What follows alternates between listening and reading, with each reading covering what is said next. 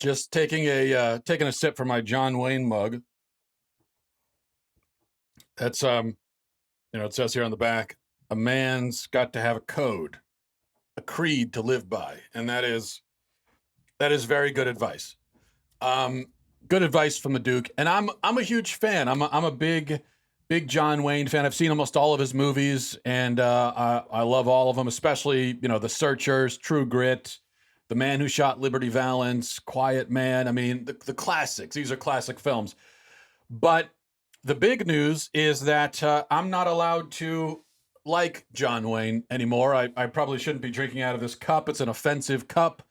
I should probably be throwing it and smashing it on the ground in anger. Um, and you're not allowed to like him either. In case you didn't know, John Wayne is yet another dead man who has been posthumously excommunicated from polite society. Why? Well, seemingly at random. Seemingly is the key word there. I'll go back to this, the seemingly part, but seemingly at random. Yesterday, an interview with that John Wayne did with Playboy in 1971 went viral. So yes, this is a 50-year-old interview, a famous interview, I might add, an interview that is not exactly secret. It's not like this thing was dug up like it had been buried in the desert like the Gnostic Gospels or something for 2,000 years, and then it was dug up and found. No, it's been out there. I mean, he did it in Playboy, so people knew about it. But it went viral half a century later, 50 years after it was published, and 40 years after John Wayne has died. And leftists on Twitter were taking screenshots of the various portions of the exchange that John Wayne had with Playboy and posting them online and exclaiming over what a racist and what a sexist John Wayne was, because he says a bunch of racist, sexist stuff in this interview. And they were so shocked. They said, oh my gosh, what a piece of garbage John Wayne was. And yes, you know what? John Wayne was a racist. He says some legitimately racist things in that interview. There's no question about it. For some reason, yesterday it was important that everyone acknowledge the racism of this dead Hollywood actor and boldly condemn it. We have to boldly stand up against John Wayne and say, John Wayne, you racist. Condemn the opinions of a man who has been dead since the Carter administration. Now, I said this interview went viral. And this anti-John Wayne backlash was seemingly random, but not really random, though. There is a method behind this madness for the left. There is a point to it.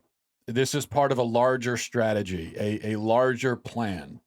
And the plan is to sort of systematically go back through history, find people who white males today might like or admire from history, might consider to be personal heroes or what have you, and dig up their skeletons, dig up or dig out the skeletons in their closet, even as their actual skeletons are decomposing in the grave. That's the plan. And the point behind this is that white males of today are not allowed to look back in history and admire or enjoy the work of other white males.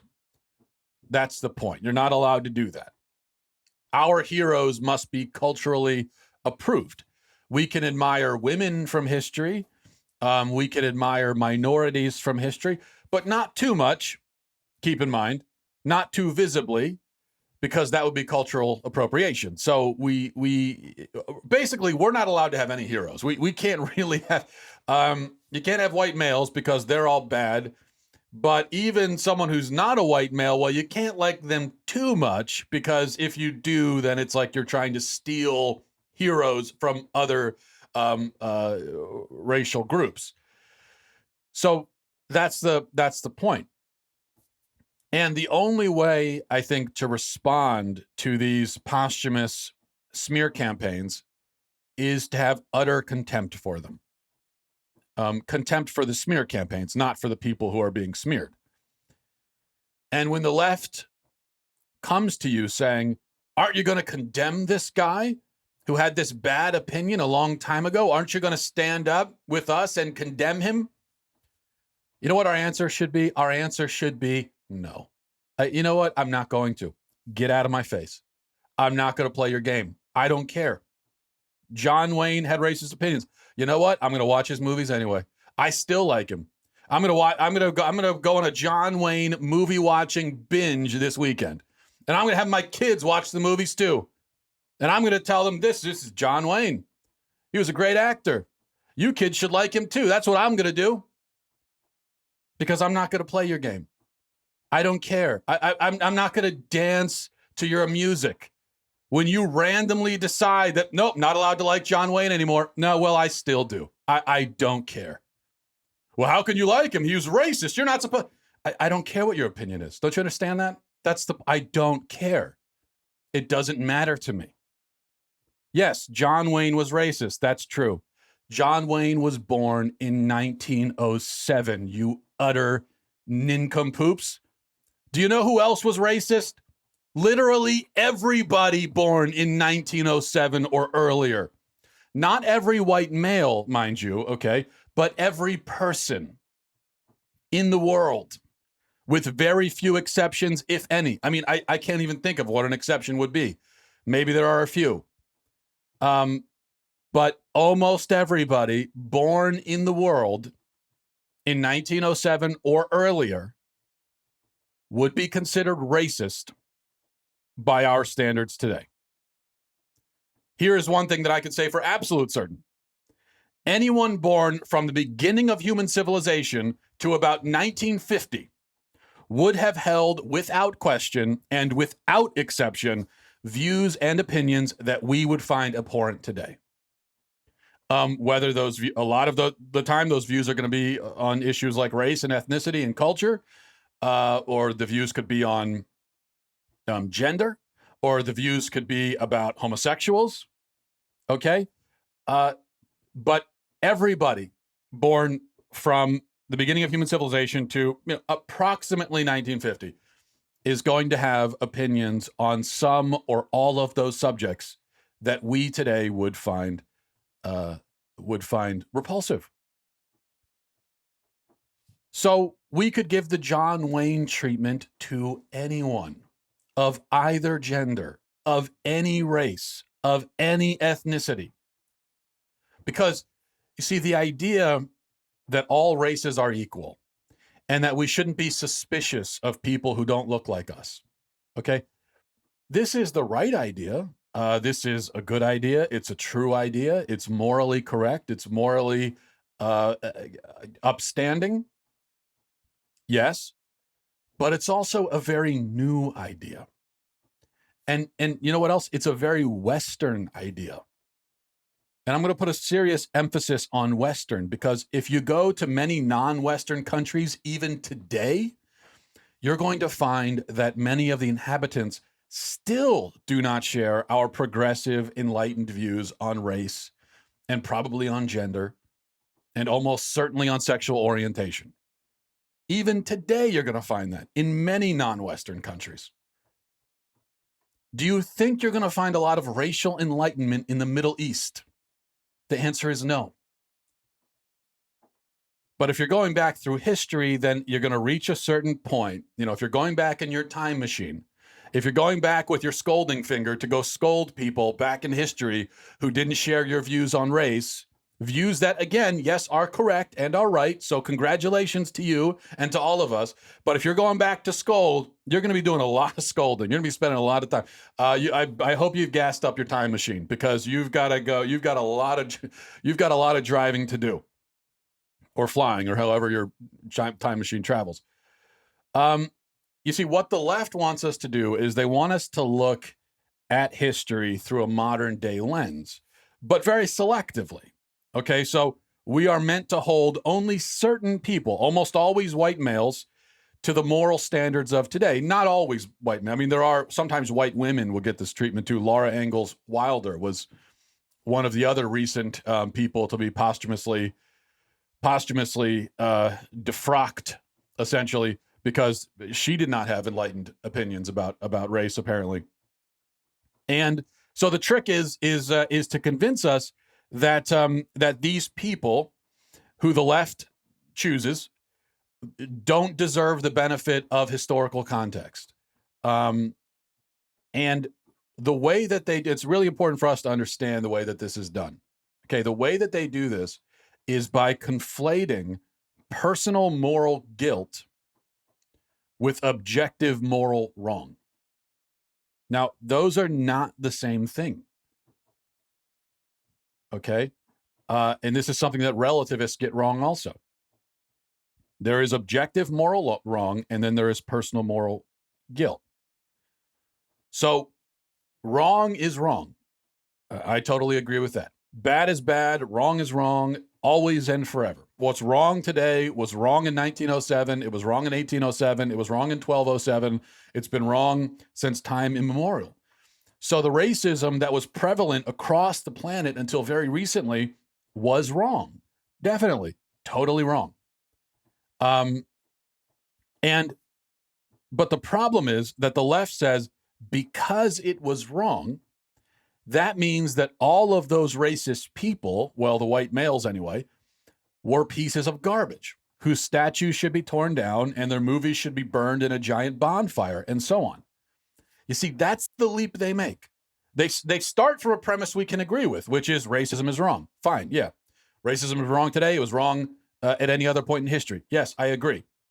But then they do another move and they say, therefore, all of these racist people were terrible and do not deserve our admiration and do not deserve to be remembered or honored or anything like that. But no, see, that equation doesn't work. That's a fallacy. The badness of the individual depends on personal moral guilt, not just on the objective moral wrong of the action or the viewpoint or whatever we're talking about, but on personal moral guilt. So everybody that does a wrong thing or holds a morally wrong view does have some moral guilt for it, no matter when and where they hold that view. But that guilt can be mitigated. It can be severely mitigated in some cases, depending on context. That's where context matters. And the context that everybody in the world lived in from the beginning of human civilization until the middle of the 20th century is one where outsiders, where people who looked different, who had a different culture, they were in some sense inferior and worthy of suspicion. This is the context that almost everybody throughout history lived in, and they lived amid this context, pretty much everywhere in the world. That doesn't make it right, but it does mean that it's much, much easier to slip into a wrong view when the wrong view is totally normal and taken for granted and everybody holds it, and that's just the way things are. People will generally accept as normal and as right the context that they're born into. Now, our situation is different because it's been drilled into our heads from birth that racism is an abomination. We have been told this over and over and over and over again since we were very small children. So we get no credit. The fact that you're racially enlightened, you get no credit for that. You can't pat yourself on the back or congratulate yourself for that. You didn't choose that view. Okay, it's not like you were born in the 1500s and you came to this conclusion on your own. In that case, I would say you deserve a lot of credit. But you don't deserve any credit for it. You were told this and you accepted it. So fine, good. It's good that you accepted it. But that's all. To be not racist in our context, all that means is that you just have to accept what you're told and what everybody else believes, and it's not only the normal view, but to hold any other view is roundly condemned and will get you rejected from society, and which is all good and fine. It should be condemned, but the point is, to accept that doesn't take any courage on your part. It doesn't take any enlightenment. It doesn't take any intelligence. It's just normal. You see, the test for us these days is not whether we're racist, because most of us are not racist. And so non-racism is just taken for granted. But in our culture, as in any culture, there are other viewpoints. There are other really wrong beliefs and practices that are relatively normal to us. Racism is not one of them, but there are others. There are other forms of discrimination even that we take for granted. So the test for us is whether we can see those and condemn those. It's whether we can see outside of our own context to see the objective wrong of something that a lot of us just accept. But here's the interesting thing, that almost without fail, the people who shame those from the past for their very limited, very stuck in the culture beliefs, those people today are also guilty themselves of holding those same kinds of beliefs. Not on matters of race, but in other areas. And so the main one that comes to mind is the pro-abortion belief. You know, being pro-abortion today is relatively normal. It's certainly culturally acceptable. And it's just something that a lot of people buy into because that's the situation that they were born. That's the situation they were born into. Now, 100 years from now, I can pretty much guarantee you that people are going to look back on abortion. And if you're abortion supporter, they're going to look at people like you and they're going to say, what a piece of garbage. How could you have accepted this? What, you thought babies weren't people? Like, they were killing 1 million babies a year and you were fine with it? What is wrong with you? You see, if you support abortion, you're going to be, that's how history is going to remember you. And in fact, you have a lot less of an excuse than a sort of everyday racist that you came across in 1907 or in any other point. You know, you have a lot less of an excuse because today abortion is at least a contentious issue. I mean, there are millions of people who do see the truth of it, and they're trying to convince you of it, and they're telling you. And so in order for you to continue in your beliefs, you have to block all of that out. But for a long time in history, there was basically nobody had a non-racist belief. That was an opinion that nobody held. It wasn't represented by anyone. I mean, you go back even to the abolitionists in the mid 19th century, and they were progressive for their time, but they weren't non-racist. You know, I've been waiting for the day when liberals discover the Lincoln Douglas debates, you know, where Abraham Lincoln famously made some very racist remarks. He was against slavery, so he deserves credit for that, but he was definitely racist. He was a white supremacist. He just didn't think he could see enough to see that slavery was wrong, but he didn't see anything wrong with racism in and of itself. So even the people who were enlightened for their time back as recently as the mid 19th century were still, by our standards, hugely racist. So that just puts it in even more context, puts more of a perspective. Something like abortion, on the other hand, there's always been millions of people who reject that. So in our culture, it has never been normal to the extent that something like racism was normal everywhere in the world for much of human history. But that's the test. So rather than focusing on John Wayne, maybe, and this is something we can all do, rather than going back in history and digging up these people and shouting at their corpses and condemning them, maybe look within yourself and do a survey of your own heart, your own soul, your own mind, to think about the beliefs that you hold and that you take for granted. And try to discover if there are any beliefs that you now hold and take for granted because they're normal, which in fact may be morally atrocious.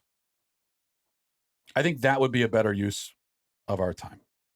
All right. Let's see here. I've got okay. I've got to get to this story because it's just crazy, and it's a perfect it's a basically a parable about the incompetence of government, even though it actually happened.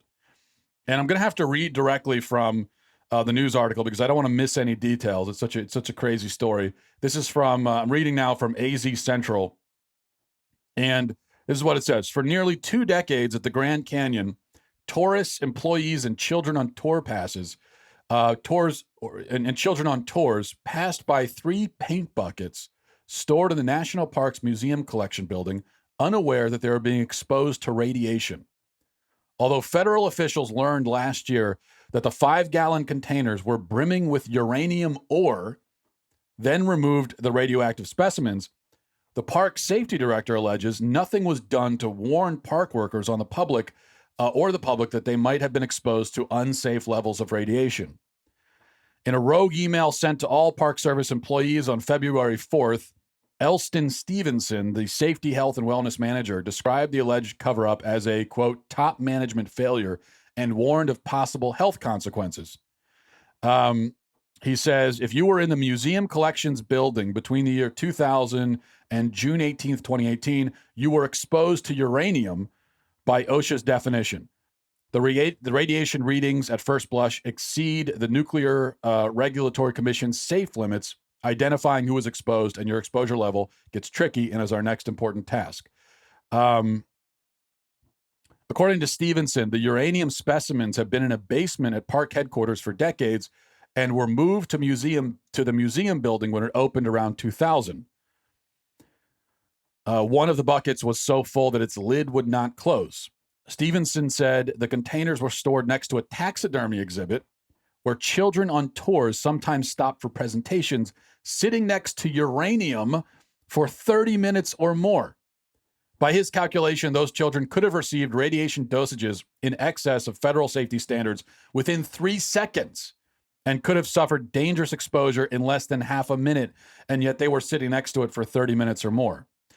And the story goes on from there. So the National Park Service was storing buckets of uranium in a museum next to an exhibit where children would stop and sit, and nobody moved the buckets for decades. This is, I mean, it's, if you don't know anything about the way government works, it's inconceivable. You just can't wrap your head around it. But this just shows how incompetent and ineffectual a bureaucracy is. That all someone needed to do was move these buckets, get rid of buckets. And something as simple as getting rid of buckets, literal buckets of uranium, something like that wasn't done for 20 years. And keep something in mind, that there are people who want the government to have complete control over our healthcare system. They want this government that couldn't figure out how to move buckets of uranium away from a children's exhibit. They want these people to control our healthcare system. So just keep that in mind. By the way, something else that was trending on social media yesterday, along with John Wayne, actually someone else was trending along with John Wayne, and that is Malia Obama. Malia Obama, of course, is Barack and Michelle's daughter. And I just want to mention this to you in case you see stories about this. Why was she trending? Well, because allegedly conservatives were outraged that Malia Obama was drinking alcohol. There was pictures. Apparently, some paparazzi person took pictures of Malia Obama, who was on a beach with her friends somewhere drinking wine. And she's not 21 yet, apparently. I think she's 20. Which, of course, who cares?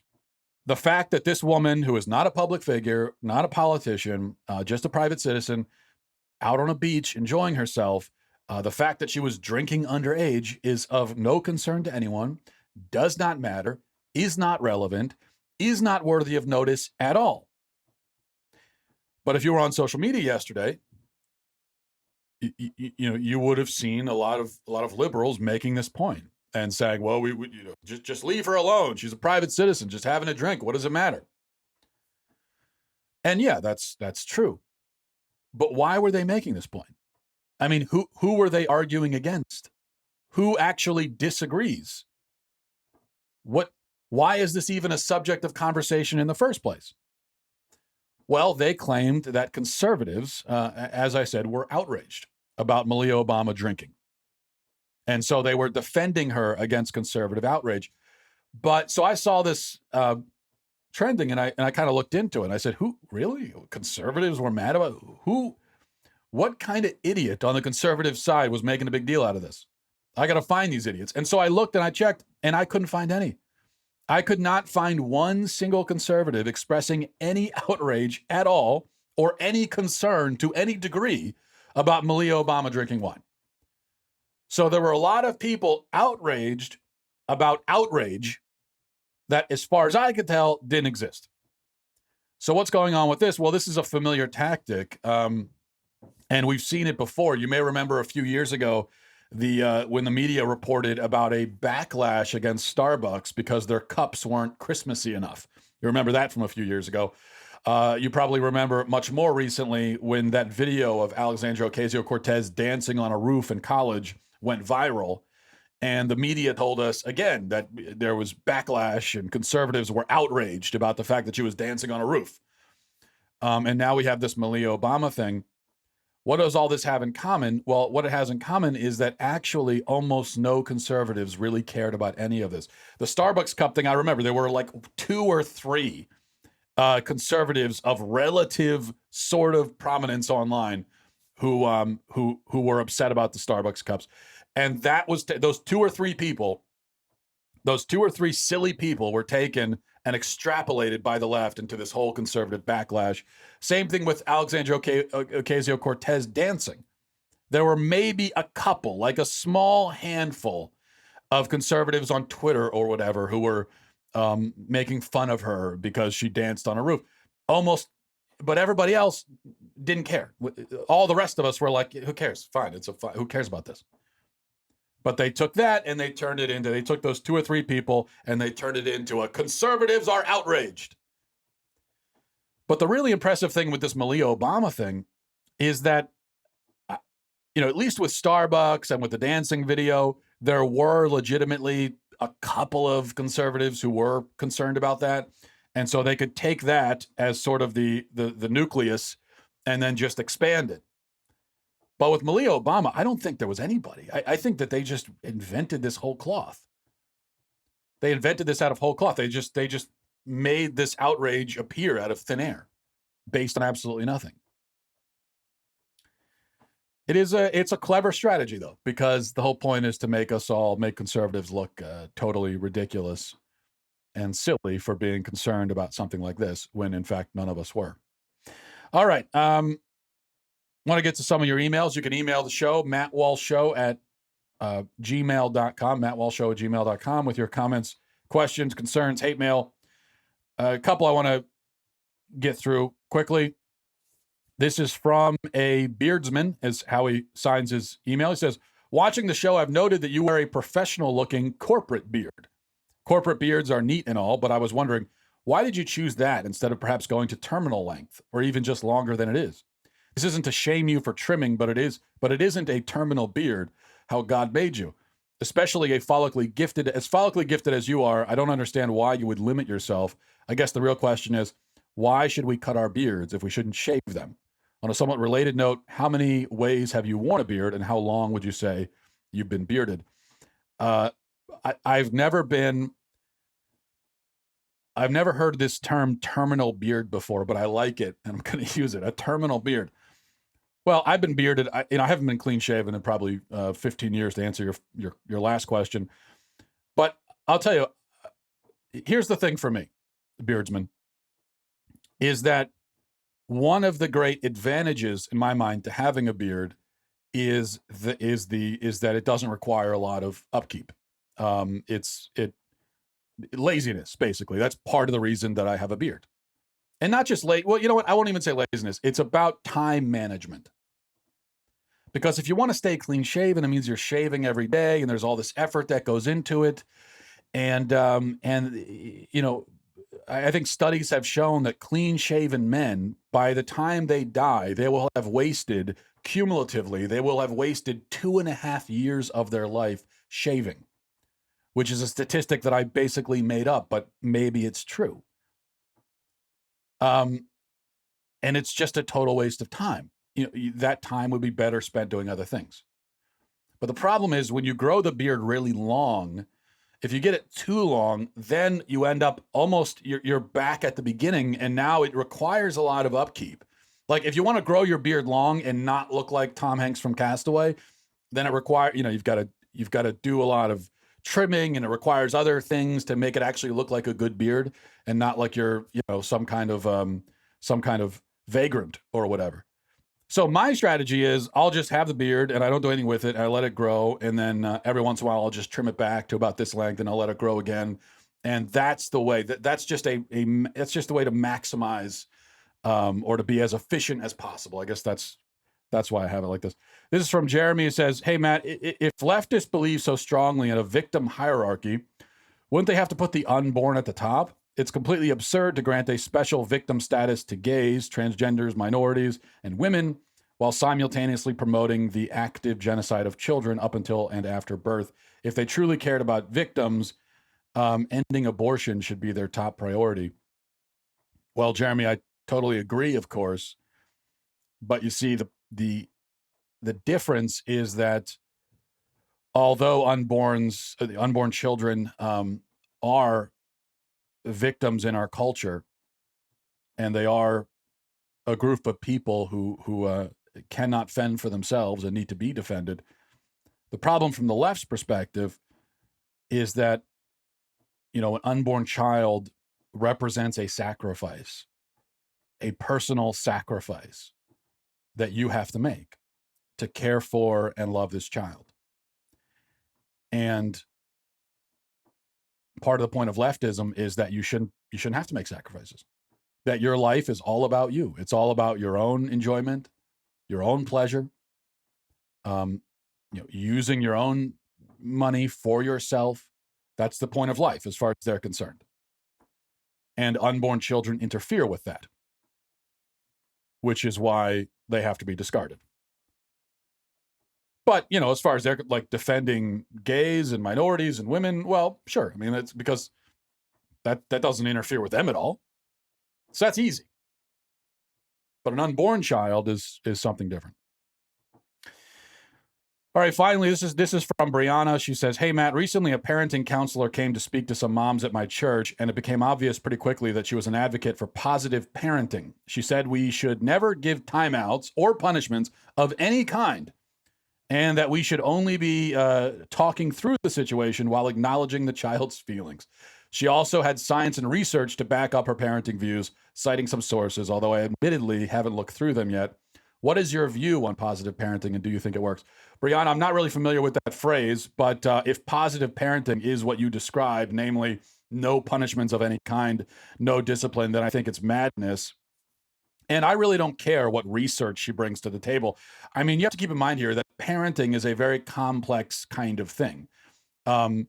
That is, to parent well, to parent successfully is complex and dynamic, and it's not possible to really measure in a study.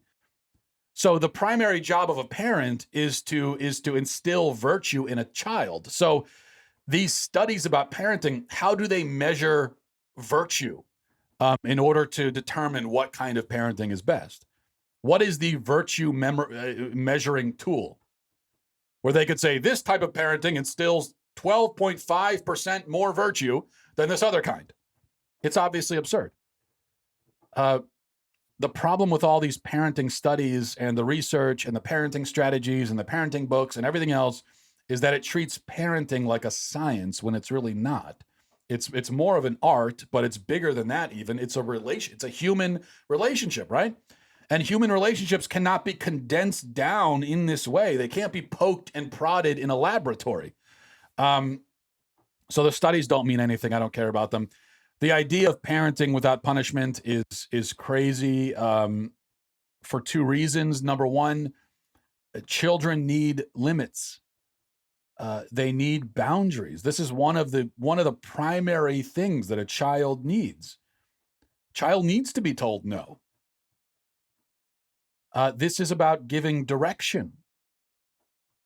This is one of the main things that a child looks to a parent for. And so if the parent says, well, I'm not going to give you that.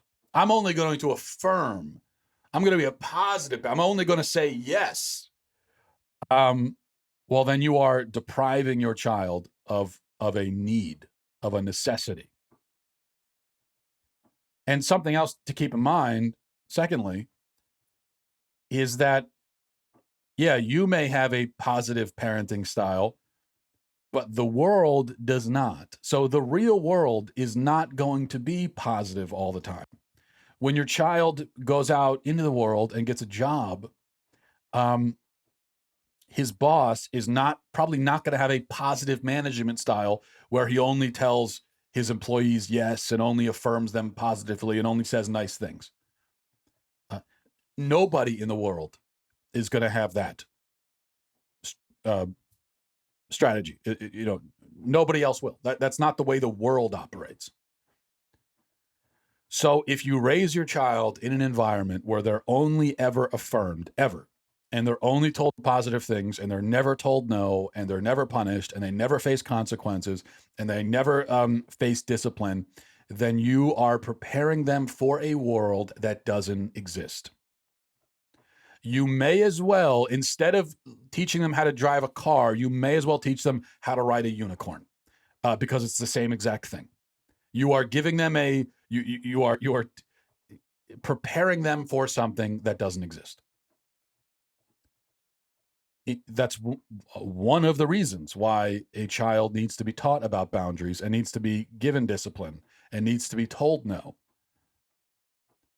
Because he's going to live the rest of his life in a world that tells him no, and a world that has boundaries, and a world where there is consequences and where there are punishments, sometimes very severe ones, if you screw up. So this I wouldn't be listening to this woman and her parenting strategies. And I would also be suspicious of this church if this is the kind of parenting lesson that the church endorses. Because I'll tell you something else, this also certainly is not biblical parenting. Spare the rod, spoil the child, right? That's what the Bible says. All right, we'll leave it there. Thanks for watching, everybody. Thanks for listening. Godspeed.